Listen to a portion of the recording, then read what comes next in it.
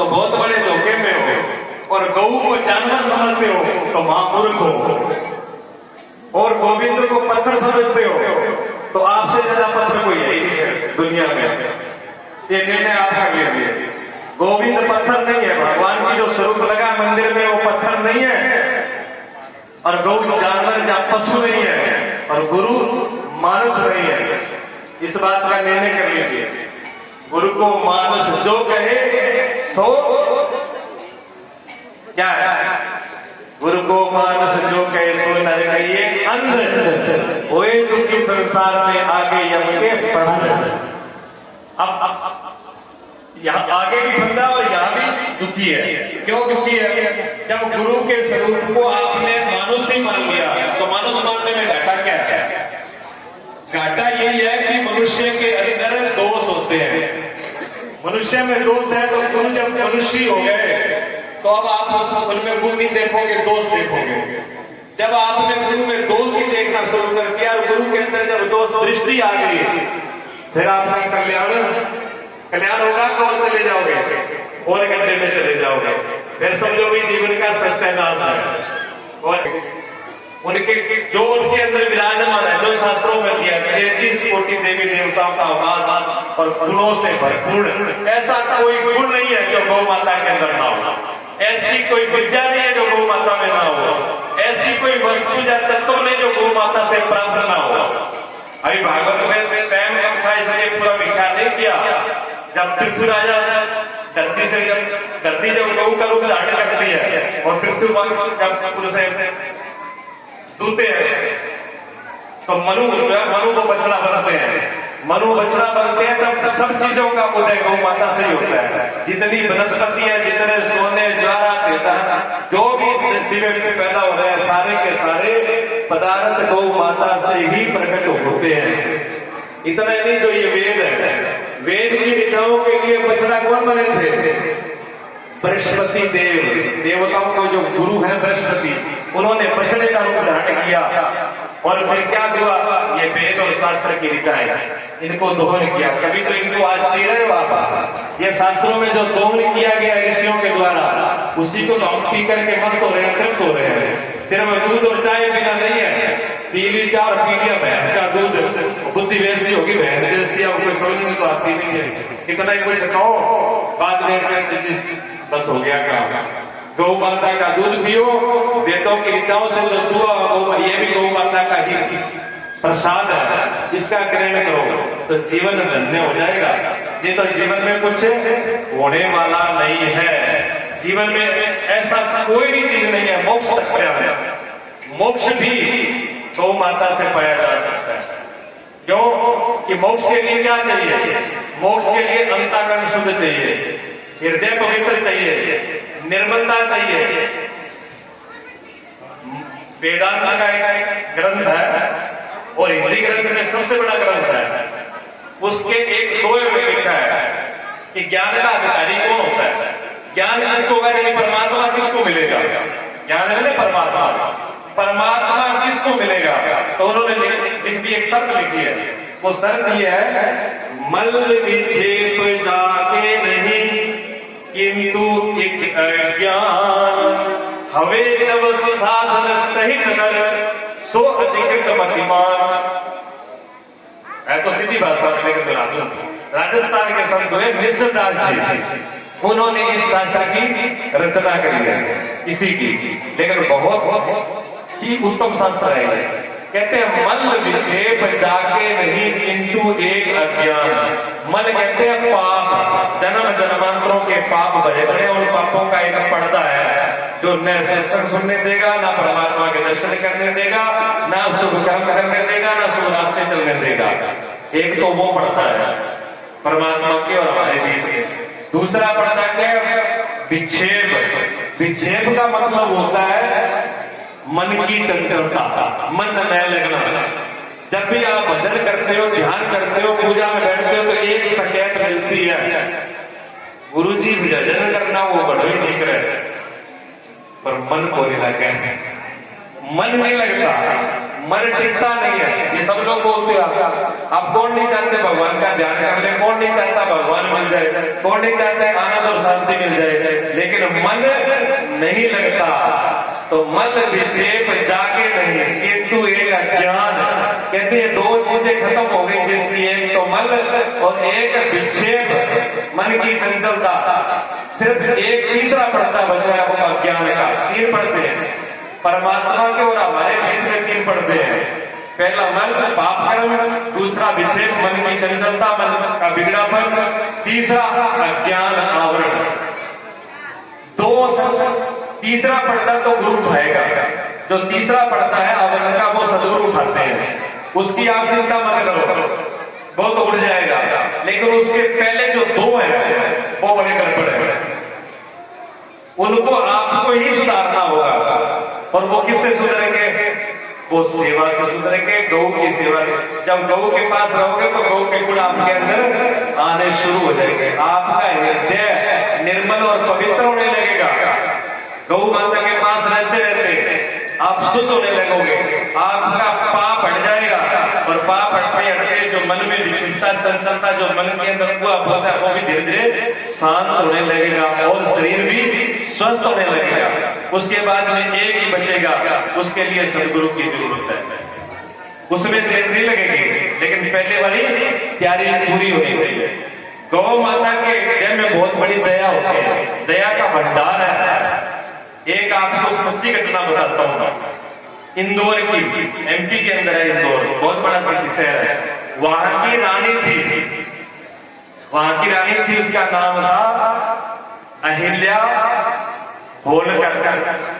अहिल्या होलकर उसका नाम था। अहिल्या होलकर प्रसिद्ध क्यों हुई? किस बात से प्रसिद्ध हुई? उसकी प्रसिद्धि पूरे संसार में फैलने लगी। किस बात से? क्योंकि वो न्याय प्रिय थी। न्याय के नाम से जानी जाती थी रानी होलकर, अहिल्या जो थी, कि उसके राज्य में अन्याय नहीं होता था। मुंह देखा फैसला नहीं करती थी, ये अपना और ये दूसरा, गलत तो गलत, सही तो सही, और निर्णय बिल्कुल ठोस होता था। दूसरा एक नियम उसका और था, उसने दरबार के आगे रस्सी में घंटी बांध रखी थी। जिसको भी कोई दिक्कत हो, जिसको भी कोई पूछना हो, जिसका कोई फैसला हो, वो किसी दरबारी से या किसी बिचौलियों को नहीं लेगा, वो सिर्फ घंटी बजाएगा। और घंटी बजते ही खुद रानी चल करके उसे पूछेगी, उसको बुला करके पूछेगी तेरी क्या समस्या है। क्योंकि जो बिचौली होते हैं ना, जो बीच में बढ़ जाते हैं लीडर, वो काम नहीं होने देते कभी भी। और इस लीडरी ने पूरे देश का सत्यानाश कर दिया बिचौलिए वाले ने। सीधा सीधा अगर फैसला हो तो कोई बात नहीं है, लेकिन जहां बिचौले खड़े हो जाते हैं वहां पर बीमारी पैदा हो जाती है। और इस बीमारी ने देश का नुकसान किया है। ऐसे राजा धर्मात्मा हमारे देश में रहे हैं और आज भी बीच कभी नाश नहीं होता। कोई ना कोई परमात्मा की कृपा से होता है जो सीधी सुनता है। तो ऐसा वो कोई सुनती थी। एक दिन पूजा के अंदर सुबह सुबह बैठी थी रानी जो है होलकर, और घंटे की आवाज आई तो रानी ने तुरंत, देखो सबसे कीमिया उसकी पूजा थी, लेकिन पूजा से कीमती उसकी जनता थी। जनता की पुकार पहले सुन जाएगी, क्योंकि मैं राजा हूं, मेरा कर्तव्य है। उसने पूजा के अंदर ही बैठे कहा कि मैं अभी उठूंगी नहीं। सेवादार से कहा कि जिसने भी घंटी बजाई है उसको बुला करके अंदर ले आओ। सेवादार जाता है और बाहर देखता है, लौट के आ जाता है। रानी ने पूछा कौन? कहती है हमारा बात कोई भी नहीं है। कोई भी नहीं? ऐसे कैसे हो सकता है? बिना कोई के घंटी बज नहीं सकती, और घंटी बजी है तो कोई कोई जरूर है। उन्होंने कहा नहीं, दोबारा देख के आओ। दोबारा गया, महारानी कोई नहीं है। महारानी कहती नहीं, ऐसा नहीं हो सकता। तीसरी बार गौर से देखो, आसपास कोई होगा। तीसरी बार फिर सेवादार आता है और जाकर के कहता है महारानी और तो कोई नहीं, गौ माता खड़ी है साइड में। गौ माता खड़ी है, तो बोल रहा मैं कोई नहीं है। गौ माता ने ही घंटी बजाई है। पता लगाओ गौ माता किसकी है। पता लगाया गौ माता एक ग्वाले की है। ग्वाले को बुलाया गया, ये आपकी गौ माता किस बात से दुखी है और दुखी होकर के इसने घंटी बजाई है। मेरे दरबार पर दुखी कोई आकर के बिना फरियाद के घंटी नहीं बजाता।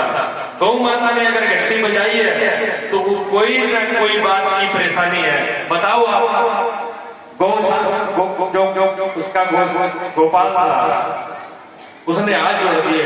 उसने कहा महारानी, मैं अगर सच सच बता दूंगी तो आप मुझे दंड दे सकती हो, मुझे मैं भयभीत हूं, आप मुझे मार सकते हो।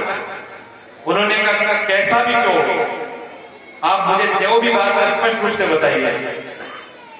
तो उसको निर्भय किया, निर्भय किया तो वो बोला कि गौ माता हकीकत में दुखी है और दुखी होकर के यहाँ पर आई है। मेरी हिम्मत नहीं पड़ी कि मैं आपके दरबार में आऊं, आना तो मुझे था, लेकिन गौ माता स्वयं चल करके आई।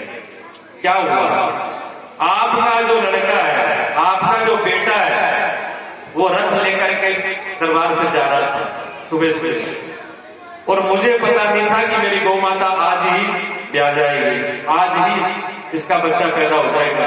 ये बात मैं जानता नहीं था, मेरे हिसाब से भी टाइम बाकी था, और मैं गौ माता को लेके जा रहा था और चुराए पे गौ माता ने बच्चे को जन्म दे दिया। इधर बच्चे को जन्म देना हुआ और इधर आपके बेटे का रथ लेके आना हुआ, और उसने अपने अहम कहो, अज्ञानता कहो, कुछ भी कहो, और उसने रथ को रोका नहीं, देखा नहीं, और बच्चे के ऊपर से, नवजात बच्चे के ऊपर से रथ को कुचलते हुए चला गया, और वो चुराए के ऊपर बच्चा खत्म हो गया। और उसी ही वजह से आज गौ माता दुखी हो गया अपने दरबार में। उसने कहा अच्छा बुलाओ बेटे को, वाले को वही रखा, गौ माता को वही रखा। बेटे को बुलाया गया, पूछा बेटा ये जो बात बोली जा रही है सही, आपके रथ से गौ माता का बच्चा कुचला गया?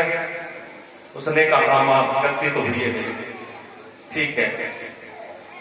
रानी जो अपने बहू के पास जाती है, उसी बेटे की पत्नी से बोलती है कि बेटा एक फैसला ऐसा आ गया दरबार में, मैं रहने के लिए आई हूं तेरे से। उसने कहा बोलो मां क्या बात है?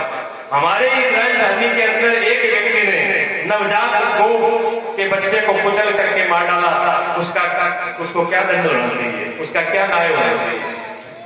बहू ने कहा कि मां उसको तो जो बच्चे का किया हाल वैसे ही हाल उसका होना चाहिए, उसको भी मृत्यु दंड होना चाहिए।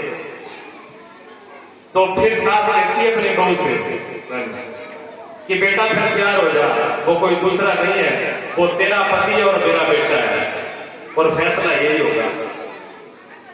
अब उसकी जबान बोलने के लिए बोल तो दी, बहुत चुपचाप बैठ गई, लेकिन रानी जो है रथ लेकर के बाहर आ गई और अपने बेटे को वहां उसी जगह पर चुराए के ऊपर डाल दिया गया, हाथ पैर बांध करके। और अपने जो सेनापति था उसको बोला सबसे बच्चा जो रथ चलाता है उसकी लेकर के आओ और रथ पे चढ़ा दो, और इसके ऊपर जब तक इसके प्राण नहीं निकल जाए तब तक इसके ऊपर रथ नहीं चलता रहे। दरबारी ने मना कर दिया, सेनापति ने मना कर दिया, मंत्री ने भी मना कर दिया। उन्होंने कहा महाराज आप हमें मृत्यु दंड दो, लेकिन राजकुमार के ऊपर हम रथ नहीं चला पाएंगे। आप हमें अपने मृत्यु दंड दीजिए, हमारे ऊपर तलवार चला दीजिए, लेकिन ये कर्म हम नहीं कर पाएंगे। जब सबने मना कर दिया तो रानी जो है आज स्वयं जो है रथ के ऊपर सवार हो गई और अपने बेटे के ऊपर रथ उसमें पूरे जोश के साथ ऊपर चढ़ा। जैसे ही रथ चढ़ने के लिए आया, आज सारे दरबारों पूरे राजा की भी जनता थी, वो तो एक साइड में त्राई कर रही थी, कोई हिम्मत नहीं थी कि रानी के सामने आकर खड़ा हो जाएगा। लेकिन आज गौ माता जो है रथ के सामने खड़ी हुई, रघुमाता उसी रथ के सामने खड़ी हुई। रानी फिर उतरती है नीचे, गौ माता को फुसला करके एक साइड में खड़ी कर देती है और दूसरी बार रथ लेके आती है। जैसे ही रथ दौड़ करके आता है, गौ माता फिर आके खड़ी हो जाती है। ऐसे होलिका ने 5 बार किया और 5 बार गौ माता आकर के खड़ी हो गई, जिससे वो कह रही थी कि मेरा तो बेटा गया पर इस बेटे को नहीं जाने दूंगा, इसका अपराध हुआ। गौ माता ने उसका अपराध समय कर दिया, इतना दयावान थी। उसी जगह पर आज भी आप इंदौर में आज भी आप जाके देख सकते हो, टेढ़ा बाजार जो बना हुआ है, टेढ़ा बाजार जो टेढ़ा चौराया बना, उसका नाम भी कोई रखा है। वहां गौ माता की और बछड़े का आज भी स्वरूप लगा हुआ है और उसका नाम भी, गौ टेढ़ी होगी थी ना तो चौराहे का नाम भी टेढ़ा रख दिया, वो आज भी वजूद है। ऐसी गौ माता है जिसके पास रहने मात्र से इतने लोग ठीक हो जाते हैं। टीबी को मरीज को कोई भी दवाई मत दिलाओ, आप गौशाला में डाल दो, मरेगा नहीं। एक 10-20 दिन में अपने आप खड़ा हो जाएगा, टीवी पता नहीं कहां चली जाएगी, ठीक हो जाएगा। इतना तो उसकी सुगंध में ही प्रभाव है। तो सारे गुण भरे पड़े हैं, सेवा करो, महापुरुषों की सेवा करो, बड़ों की सेवा करो, अपने माँ बाप की सेवा करो, माता पिता की भी सेवा करो, बड़ों का सम्मान करो। ये सबसे बड़ी समस्या क्या है? कलह बहुत होता है, लड़ाई बहुत होती है, घर में सुख शांति नहीं रहती। क्यों नहीं रहती? उसका यही कारण है कि हमारे अंदर दूसरों बड़ों के प्रति आदर मान नहीं है, हम झुकना ही नहीं जानते। हम जब झुक जाएंगे, विनम्रता होगी, दया होगी, क्षमा होगा, तो लड़ाई होगी ही नहीं। लड़ाई का सबसे बड़ा कारण है अहंकार, झुकना नहीं और मनमानी करना। जब कोई व्यक्ति घर में मनमानी करने लगता है, दूसरी तरफ नहीं देखता, तो वो घर का क्लेश का कारण बन जाता है। अगर जहां भी संगठन है, कमेटी है, कमेटी में कोई आदमी बेईमानी करे, मनमानी करे, बेईमानी करे, चोरी करे, आदत खराब कर ले, जुए की, शराब की, वो चाहे कमेटी में हो, संगठन में हो, घर में हो, समाज में हो, आश्रम में हो, कहीं भी हो, पूरा का पूरा बेड़ा गर्क कर देगा।